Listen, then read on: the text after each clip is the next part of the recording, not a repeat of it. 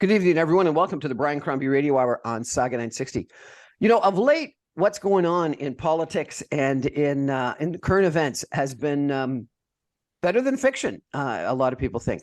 But I got introduced by a publicist that I think highly of to an author, a Canadian author who has written movies, television, theater, radio, plays, etc. And he's written a dystopian novel, or a novel about a dystopian political thriller. Sounds really quite interesting. I want to introduce you tonight to Wilson Coneybeare. Wilson, how are you, sir? I'm very good. How are you, Brian? Very well, thank you. So, a dystopian political thriller. What's that? A dystopian political thriller by way of a cautionary tale. A cautionary tale. Okay, and it's called A Feast of Wolves. And it is first and foremost, hopefully, a terrific read. It's an adventure thriller built around a very basic concept. If you can picture it, I'm sure you can. It's about a successful rebellion taking place within the United States. If you can imagine such a thing, people storming the Capitol. And just picture that would never happen. It would never happen. It seems absolutely unlikely. And the incredible thing is I wrote it before that happened, which is it blew my mind even more. You're the cause of it. Someone read the manuscript. Well, everybody's read the manuscript in America. I mean, and they said, well, this is what we're going with. No, it's basically, I had the idea, what if a French Revolution came to modern day America? And I did actually have the picture in my head of a guillotine on the steps of the US Capitol. And this was during 2017, 2018. I was just finishing making a film with Donald Sutherland, of all people. It was a very small film. And I had the idea, I wanted to do something big. I wanted to do a sort of adventure novel that reflected the world that I was concerned about, that I was reading about in the New York Times or the Washington Post or wherever, Wall Street Journal. And I wasn't seeing that in the fiction on the tables at Chapters or Indigo or Barnes and Noble. So I came up with the idea of, well, what if a internal what if a rebellion was reasonably successful and we wound up with a fractured United States government? In theory, the goodies and the bad guys. And are the goodies really that good? And are the bad guys really that bad? And how would that evolve? And the thing is, I didn't want to build the novel to get to that point. I start at that point. I wanted to start. The guillotine's up. The guys are there with the AR-15 standing on the steps of the Capitol. And how would we fix that situation? So that's basically what A Feast of Wolves is about. And it took a few years to write. And as I wrote it, events seemed to overtake what I was doing. And for a little while there, obviously, I got a little paranoid. And I thought, well, people are creeping into my study at night, reading the manuscript and then acting on it, because there's some stuff in there that's really bizarre. For instance, I kick it off with a virus. Oh, God, I wrote that in 2017. I have guys in camo and guys in sports gear, hockey jerseys and football jerseys, standing on the steps of the US Capitol and having taken over the government.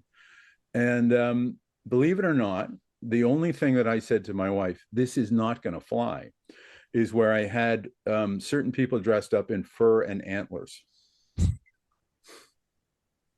It wouldn't fly. No one would ever do that, particularly if I literally bare-chested on January the 6th. I mean, it was a fun book to write because you're kind of deconstructing a nation.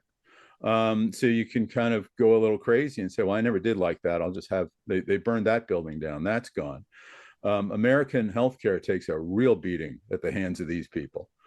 But the real hero of the book is a character whose job is, he is one of 12 reasoners, and they are chosen as kind of the last reasonable people in the nation. And the idea is, can they actually pull this together and fix what seems to be an insoluble problem?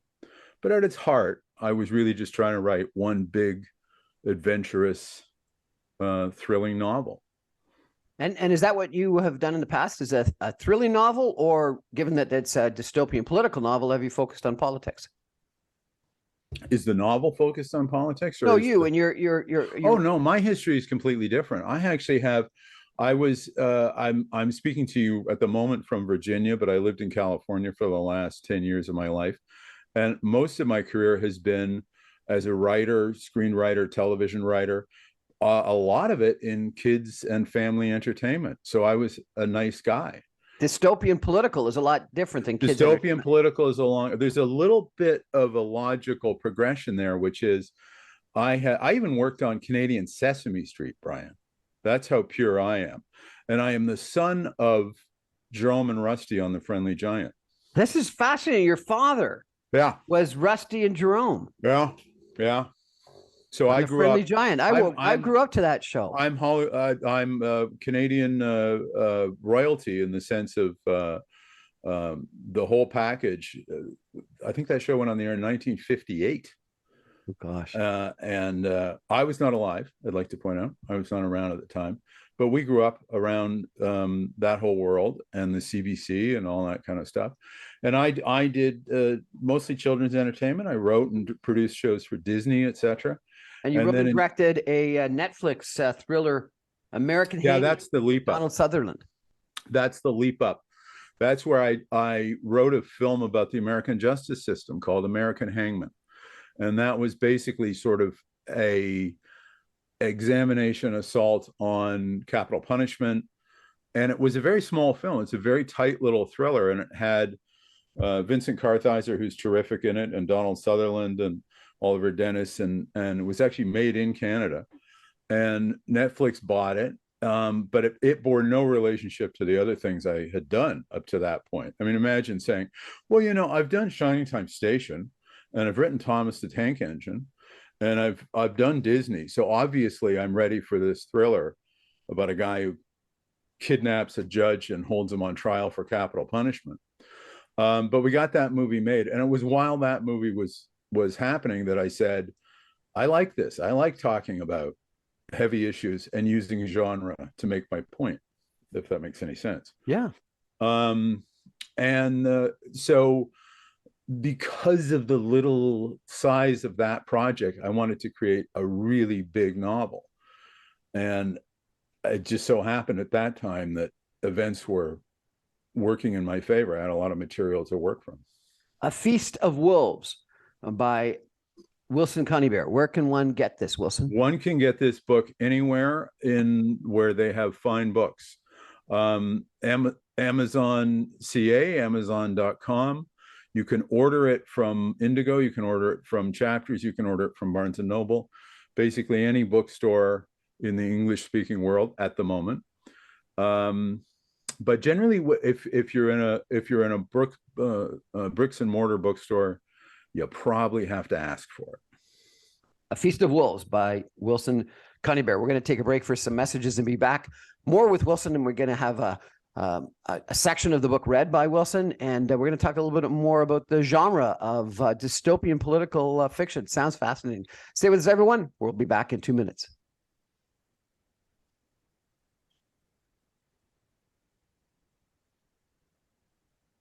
Welcome back, everyone, to the Brian Crombie Radio Hour on Saga 960.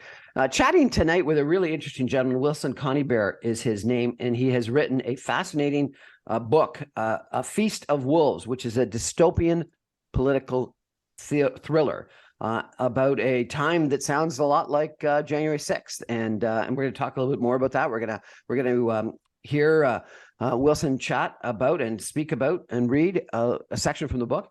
Wilson Coneybeare has written movies, television, theater, and radio plays. His most recent feature film was called American Hangman, which premiered on Netflix. He's a proud Canadian American, and he estimates that his family has crossed the continent 27 times.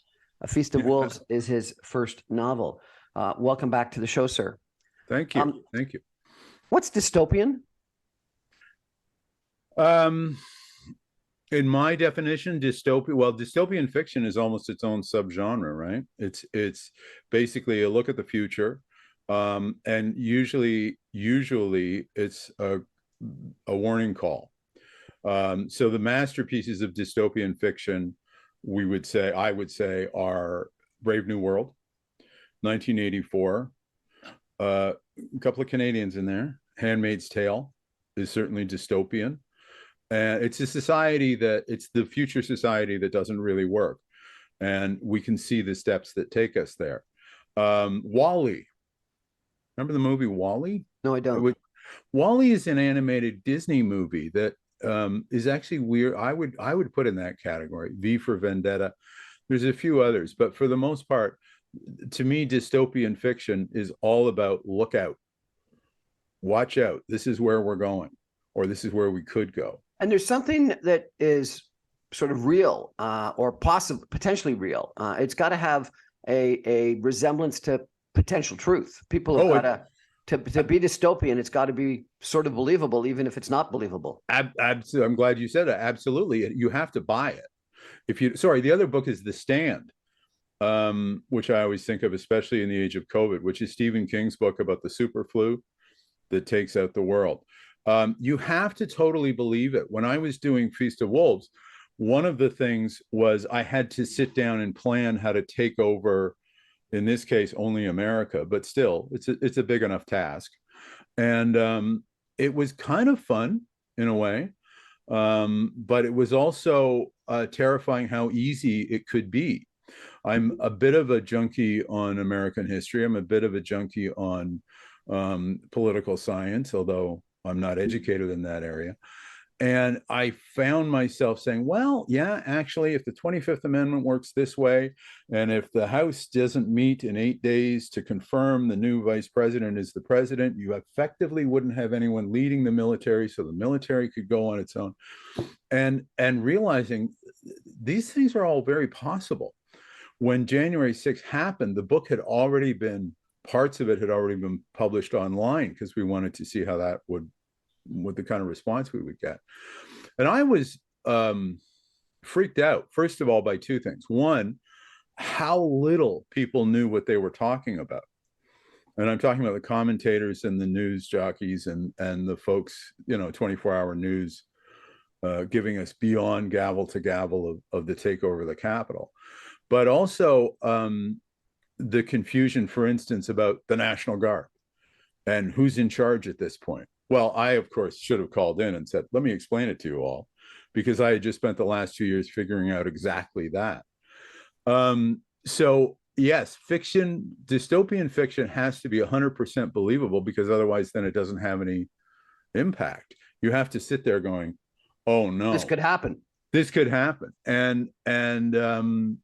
And we've seen it actually play itself out a number of times. I think that's why the impact of a novel like 1984, I don't know if you know this, but after January 6th, 1984 went once again back onto the bestseller lists. Really? Yeah. And I don't know if it got to number one, but it was in the top 5. And who was reading it? Well, college students. Well, 1984 was required reading for me in one of my English classes in high school. I think it was, had I really continued in high school, it would have been for me as well. Do you know the reason it's called 1984? No. He wrote it in 1948. Uh-huh. He just switched. You just switched the two. Because I usually always, when they write these things, you go, that's too soon. 1984 is too soon. It should have been like 2084 or something like that. But anyway, that's one of those cool little facts about why he chose that year. But I remember reading it, first time I read it, a stolen copy from my junior high school. I apologize. I still have it. I totally bought it. I could picture it. It seemed totally true to me. And we always, those books that have impact are usually because we see little bits of them playing themselves out. For instance, right now where I am, sitting at this moment, people are banning books for saying the wrong words or not expressing the right thoughts, et cetera, et cetera. Yeah. And usually we think, well, we're beyond that, aren't we? And then something always comes back to remind us. Well, I was in Florida recently, and I was shocked at this conversation that I was part of in regards to the banning of drag queen events and films and things like that. And one person at the table said, I can never watch White Christmas again, because White Christmas, my favorite Christmas movie, has a scene where two men dress up as females and sing the song Sisters. Like, what did you think of that, to be honest? I mean, I have to admit that there's a lot of things I don't get in the argument space these days, and that's one of them. I don't really understand what people are hysterical about. I don't either. I don't understand, but I do think that what the far right needs in the United States is an issue that gets people all bothered about and excited about, and the issue to be successful has got to have a very small minority that will actually end up being vocal in their support of it. Otherwise, it could get drowned out and become an issue. And I think that that's why they picked up on transgender rights and drag queen, because issues like gay marriage they've lost, and the vast majority of Americans now will accept the idea of gay marriage and its law. Oh yeah.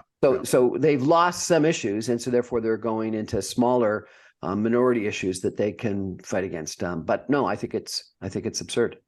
I think there's another side to that too, which is I think that a lot of people have tuned out and are not really aware of how their politics works. I think we should bring civics back. I don't know if you were taught civics in school, but the fact that most people who are screaming and yelling about drag queens or whatever the latest fashion is, if you actually ask them, well, you're upset about your governor, but what you're talking about is really the state legislature because they control it. Why don't you go argue with them? And they go, well, they're all liars, right? Because they're uninformed. And unfortunately, we don't inform ourselves about how we're governed and how legislation is passed and actually who to get mad at. So it's easier to simply say, the problem, Brian, is drag queens. I mean, it sounds ludicrous when I put it that way. It does. Well, and I think the problem is that we actually are informed. The problem is we're informed by an echo chamber, by a person that's masquerading as a news person and as a commentator and an entertainer. And two of them, one on the left, one on the right, lost their jobs this week, one with Fox, one with CNN. And I think that is the problem, is that they were masquerading as news people, even though what they were doing was extreme political commentary with their own opinions. And people too often believed it and live in that echo chamber. And again, you're living in Virginia right now. I've spent a fair amount of time in Florida on business. It is amazing how one station, Fox, is the one station that you see on every hotel lobby and every legal office and every place you go, and they don't. And you'd ask if they watch MSNBC or CNN, and they go, "My God, I would never watch that." So people are getting too often one version of the news, and you go to New York City, and it would only be CNN or MSNBC. That's right. And MSNBC. That's right. I think that when I was writing the book, let's bring it back to the book. Always bring it back to the book. People have said to me, well, when did it's a, I don't know, 600-page book. It took a while. And people have said to me, well, how did you know this? Or what year did you start writing this? And I said, well, 2016, 2015, I started to outline some scenes. And then I have a finished book by 2020, 2021. How did you know? And the answer is, it wasn't hard. I'm not Nostradamus. It's not hard to sit there and pay even the smallest bit of attention, not realize that people are living in these silos. One of the things that I saw was my wife is a nurse practitioner. And at that time she was working in Cedars-Sinai in California. And for those who don't know, if your spouse is in the medical profession, you don't really see them at work. Or let's put it this way, you don't want to see them at work. Because it means you're in some trouble. And I said to her, what's the most common thing? What is the common denominator? She said, all the patients have Fox on. They're all sitting in their rooms with Fox TV or cartoons. Those are the two, sitting watching Looney Tunes or which I know there's a joke there, or watching Fox. And she would say, I need to examine you, or I need to hear your breathing or whatever. And she turned off the TV, and they would scream at her, don't turn that off. And she said, I'm trying to listen to your heart. No, don't turn that off. Because this invention of these of these very specialized broadcast outlets that aren't news. That's not Walter Cronkite. That's not Edward R. Murrow. And are this sort of weird addictive drug. Yeah. And I don't know how breaking news. Yeah, that's the other thing too. Everything's breaking news to the point where when I was a kid, if it said breaking news, it means somebody had been shot. Yeah. Right. It means somebody major had some bad news was coming in from Dallas. And I just think people have become so addicted. And here in the US, and I spend really pretty much half my time in Canada, half my time in the US. So I get this kind of interesting view from both sides. But in the United States, I find that people they identify themselves as, I'm a Fox viewer. Therefore, I believe this, and you, Brian, believe that. You must be MSNBC. Well, your comment about the reasoners, was that what you described these people as, the reasoners or the reasons? No, the reasoners are an invention. See, this is where the book is a little different from reality. In the book, what happens, and if I'm going to read a little bit later, it will detail it. I had to explain, how did this happen? How did we get to armed guys and women on the controlling the United States Capitol? And it's literally, they've divided the city. So they literally are running some of it, which is kind of funny in one sense, because I don't want the book to be seen as a red state, blue state thing, or I didn't want it to be a us versus them thing. But one of the funny things about this was, sorry, I lost my train of thought there. Where did we go? We were talking about the reasoners, and so the reasoners are the last ditch effort in the book for both sides to find a compromise so they can live together. So they both agreed, look, let's choose 12 people who will act as a sort of super panel and decide how we can move forward and who will be in charge. And it was me thinking I was pretty funny, saying, okay, so there's only 12 reasonable people left in America who can sit down and have a discussion. Now, you're a pretty smart guy, Brian. You're going to figure out in the first 3-4 chapters how well that works. I'll be a big spoiler alert. That doesn't work either. But I think one of the things I did in the book that's different than reality was the things that people were upset about are actually real things. So it wasn't drag queens. It was literally a group of people in Bentonville, Arkansas are upset about income inequality. So they riot at Walmart. A group of people in Massachusetts, actually a bunch of nuns, are upset about healthcare costs, and they go after the Humana building or whatever it happens to be. So I kind of built the disgruntlement around real issues. And the funny thing is, I'm not sure I was right about that. When you think about populism, that's what, if there was going to be a populist uprising, a true populism, that's the issues that they should be fighting about: healthcare and income inequality, not about drag queens and some of the issues we're talking about today. You know, it's just amazing. On your reasoners, I think that's interesting. You may be aware there was a big Stanford University study that they brought people in, and they weren't allowed to mention what their political affiliation was when they came into the room, whether they were Republican or Democrat. And they were presented with issues, and they were asked to solve them. And they, in the study, found that if people didn't pre-identify and announce their pre-identification with whatever their political stripe or news program, news channel was, people actually were reasonable and came to reasoned positions. But when they pre-announced that they were red or blue or Democrat or Republican or CNN or Fox, they never did. Wow, I didn't know that. That's fascinating. It's a really quite a fact. And what it says is that the vast majority of people are actually in the middle. It's the media, political parties, and other things that are trying to paint us into the extremes. Anyway, we're going to take a break for some messages and come back in just 2 minutes, and we're actually going to hear a little reading from the book. Stay with us, everybody.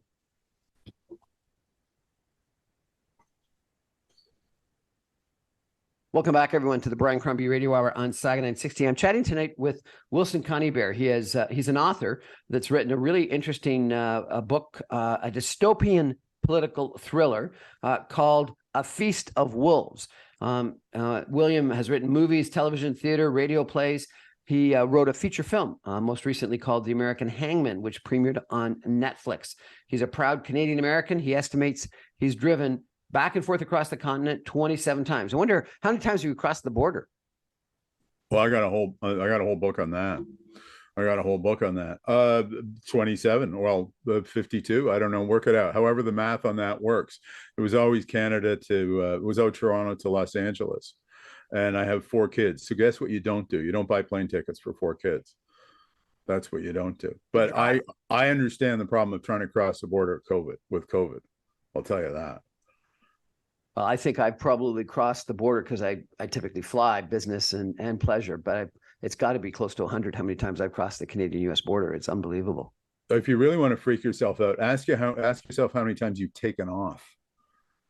Right? Think about connector flights and everything else. So you say, I've done so many trips. Well, that's like 4 right there. Yeah, I had a year or 2 there where I said, I've taken off 50 something times this year.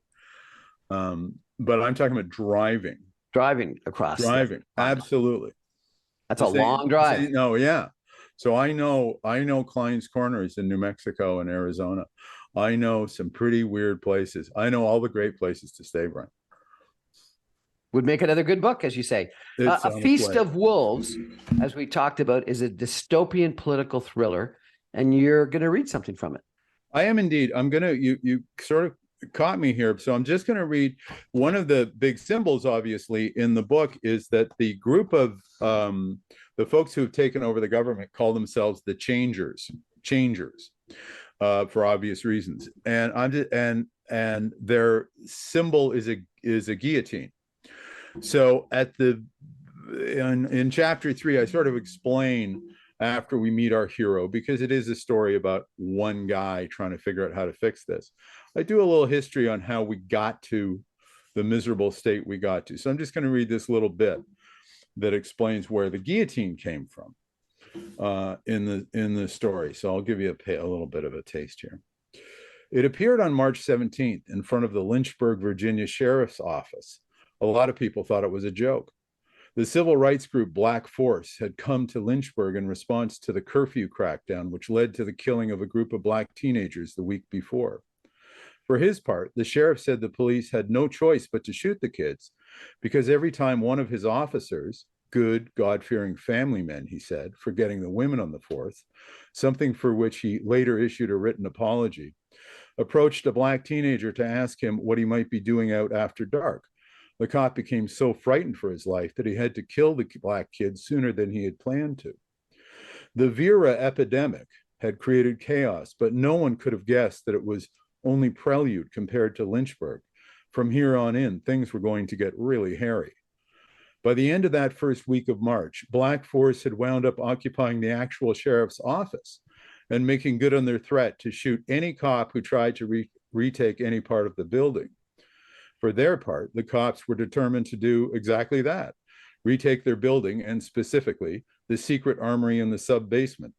This contained an astonishing arsenal of semi-automatic weapons, which would be crucial if the cops wanted to keep the peace. To make all that happen and to keep Black Force occupied and from discovering the arsenal for themselves, the cops kept up a barrage of gunfire from the weapons they already carried, which was satisfying for now, but nowhere near as satisfying as using the stuff in the armory. And so it went back and forth. On the fourth day of this standoff during a lull, the Black guys watched in amazement as some of the cops bravely scampered out into the open. Right there on the lawn, they quickly erected a sort of prefabricated gallows, complete with noose. This was an obvious reference to lynching and the Jim Crow South, and MSNBC and CNN made their outrage known. Shootings were one thing, but this kind of intolerant racial slur was outrageous. 2 days later, the cops awoke to discover the gallows gone and replaced by a guillotine. Black Force demonstrating that they too had a pretty bleak sense of humor. It wasn't a real guillotine, of course. That kind of thing is hard to come by, even in Lynchburg, Virginia. Anderson Cooper would later report that it was actually lifted from a nearby prop house that usually rented it out to amateur theatrical companies putting on community theater productions of Les Mis, always a crowd pleaser, particularly in Savannah or Asheville or Knoxville. What the Black Force leaders didn't know and couldn't have imagined as they were engaged in a literal gunfight with the law enforcement officials of Lynchburg, Virginia, was that they were giving inspiration to a group of irate senior citizens who had just seen their retirement savings disappear due to the latest investment house crash. The announcement of this disaster took place literally 2 days after postings of the annual compensation paid to the top 5 bank CEOs. Average weekly pay packet, $532,000. And that news was plastered all over the internet. I'll leave you there. Your book has been described as sprawling, exciting, and terrifying. It's also unsettlingly prescient. It's a futuristic thriller about an America engulfed in a new civil war. The story chronicles the siege in the U.S. Capitol building by people dressed in animal furs, insurrectionists taking the building armed with AR-15s, a U.S. president unwilling to act, and even a national virus. And yet the book was originally posted online in 2020, October 2020, before everything that we know happened on January 6th occurred. Yeah, including Trump's, including the election in the 2020. That was the strange part where I would be typing away and things would start to come to fruition. The pandemic was obviously a shocker to me, and to see how governments handled that. But we were talking about this earlier, which was the power of the media. It just seemed to me that every year that went by, especially in the Trump year, people became more and more entrenched, built around these media outlets and built around this concept of us versus them. And in a way, we were talking before about what is dystopian. And I think that part of our, and this is also in Canada, obviously. We saw what happened during the trucker strike. People took sides. They were absolutely entrenched. And there were plenty of people on the airwaves and in podcasts ready to support them in their entrenchment. Yeah. And as I said, one of the things I wanted to do in this book was show that the red, for want of a phrase, the red state folks and the blue state folks, everybody's guilty. And at the same time, everybody has some valuable, I mean, one of the things that's very funny is the red state guys have to take over the government. And these are not the traditional people you would expect to take over the government. You got a guy in a Green Bay Packers jersey wearing a hat that looks like a wolf taking over the Treasury building. And he does a much better job. Much better job. Everybody gets their checks on time. I invented a thing called Free-Fi, where suddenly the country realizes it has free Wi-Fi everywhere it goes, because these are kind of the can-do people who actually know how to make stuff work. And on the other side, I show the traditional bureaucrats absolutely stultified and unable to react to what they should recognize is possibly the dissolution of the country itself. So there are no real villains, because I think one of the problems is we vilify and we deify with crazy abandon these days. I mean, I just mentioned the trucker strike is one of those things where people have said to me, written into me about the book saying, what's your opinion about that? You must believe this if you wrote this book, or you must have these opinions. And they're horrified if I say, I don't really have an opinion on that, or I can see both sides of it. There's not a lot of both sidesism going on right now. Well, you know, I went to see the show Hamilton recently. Yeah, great show. And there's good and bad on both sides. Yes, and my fear is always the far extreme of anything. My fear, I'm horrified to discover he's raised a nice, good Trudeau paraliberal, the old man, in the 70s, and I always thought I was just a little left of center. I don't know where I fit now. I don't know if those definitions mean anything anymore, but I know I'm very frightened when I see that it's the left wanting to rewrite books and it's the right wanting to ban them. That's what frightens me, and the surety with which people are able to profess these opinions. Tell me about the gun culture in the United States, if you could. Well, I think that,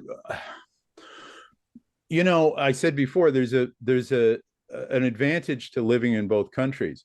I think that Canadians don't necessarily understand the gun culture. And there's kind of three kinds of ways of looking at it. One is Mr. Brian Crombie living on his ranch or his farm, or living out remotely somewhere in Montana with his gun locker and his ammo stored separately. And I don't think that's the threat. I don't think that guy's a real danger. And then there's a proliferation of these insane semi-automatic weapons, and the fact that people are willing to do anything, rather than come up with anything resembling logical and rational control of those kind of weapons. And it's a religion. I think it's a religion, and I think it's a crazy religion. I think it's very, very dangerous. Obviously, those guns are coming across the border. That's a huge problem. But I find that it's the other side of it is, I've also heard people on the more progressive left saying, we got to get rid of all guns. Our good friend in Texas, what's his name? Guy who said, yeah, damn it, we're coming for your AK-47s. Beto O'Rourke. Right. I don't really think that was I mean, it was a kind of a cheer moment, but I don't think that was particularly helpful either. I think that rational discussion has to take place. Those guns aren't going away. But I think something has to be done about semi-automatic weapons.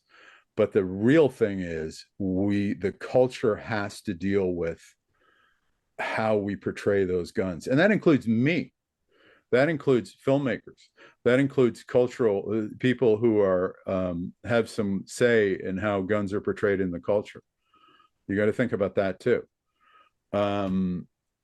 What's your thought? I mean, I find it terrifying that just the other night, well, obviously the TTC violence, and did something happen at Fairview Mall out in Agincourt?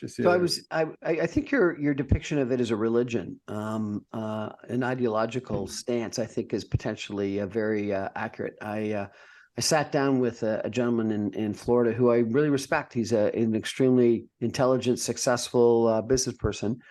And we started talking about guns, and he described how he has numerous of them and quite a lot of ammunition. And it's not, he would describe, because he wants to defend himself. It's because the Second Amendment, foresaw that there was going to be a tyrannical government sometime in the future that needed to be defended against. And so therefore we needed to have this potential of an armed militia. And I was shocked, but he believed it. And that's an outrageous misread of the Second Amendment, but okay, go on. A well-regulated militia. I kept on pointing out, didn't it say a well-regulated militia? Well, there is a well-regulated militia. It's called the United States Armed Forces. And as a citizen of the United States, I gave my gun to somebody. It's in the hands of Lance Corporal Johnson, or somebody who has my gun, as it were. And that's the well-regulated militia. At the time that was written, we did not have, the United States did not have a standing army, or any armed forces that was conscripted. So it's absurd to apply these rules, and this is one of the great misreads, and it's only a 25, 30-year-old misread, right? When in the 1970s, the NRA stood for gun control, and it stood for regulation, and it stood for safety, and that culture, which I do not totally understand, of teaching your son or your daughter how to use a weapon in the woods, et cetera, et cetera. On the other hand, I do understand this. In Flint, Michigan, they did a test. How long does it take the cops to come to your house if you say something's in a distress call in Flint, Michigan? And in one case, it was 20 hours. So if I'm living somewhere and the cops are not coming, and someone's banging in my door, and I've been inculcated in this culture of stand your ground, yeah, I can see exactly how this happened. Exactly. And I don't think we're going to fix it anytime soon, but it has got to be fixed. My whole book is loaded with weapons. I have to warn you. It's loaded with weapons and a tremendous amount of Black & Decker equipment. We're going to take a break, a final break, and come back with some concluding comments with Wilson Coneybeare in just 2 minutes. Stay with us, everybody. Fascinating conversation.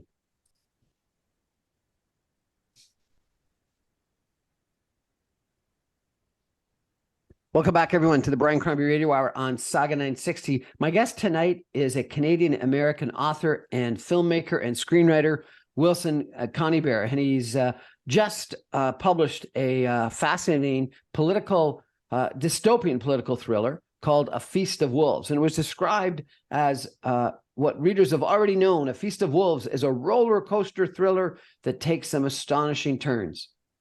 Must have been a lot of fun writing this book. It was a tremendous amount of fun. I shouldn't say it, but the mad bomber in me was very happy to sit around and get rid of certain things. And I must admit, I carried a few grudges and I got them out of my system. And we won't say how I did that.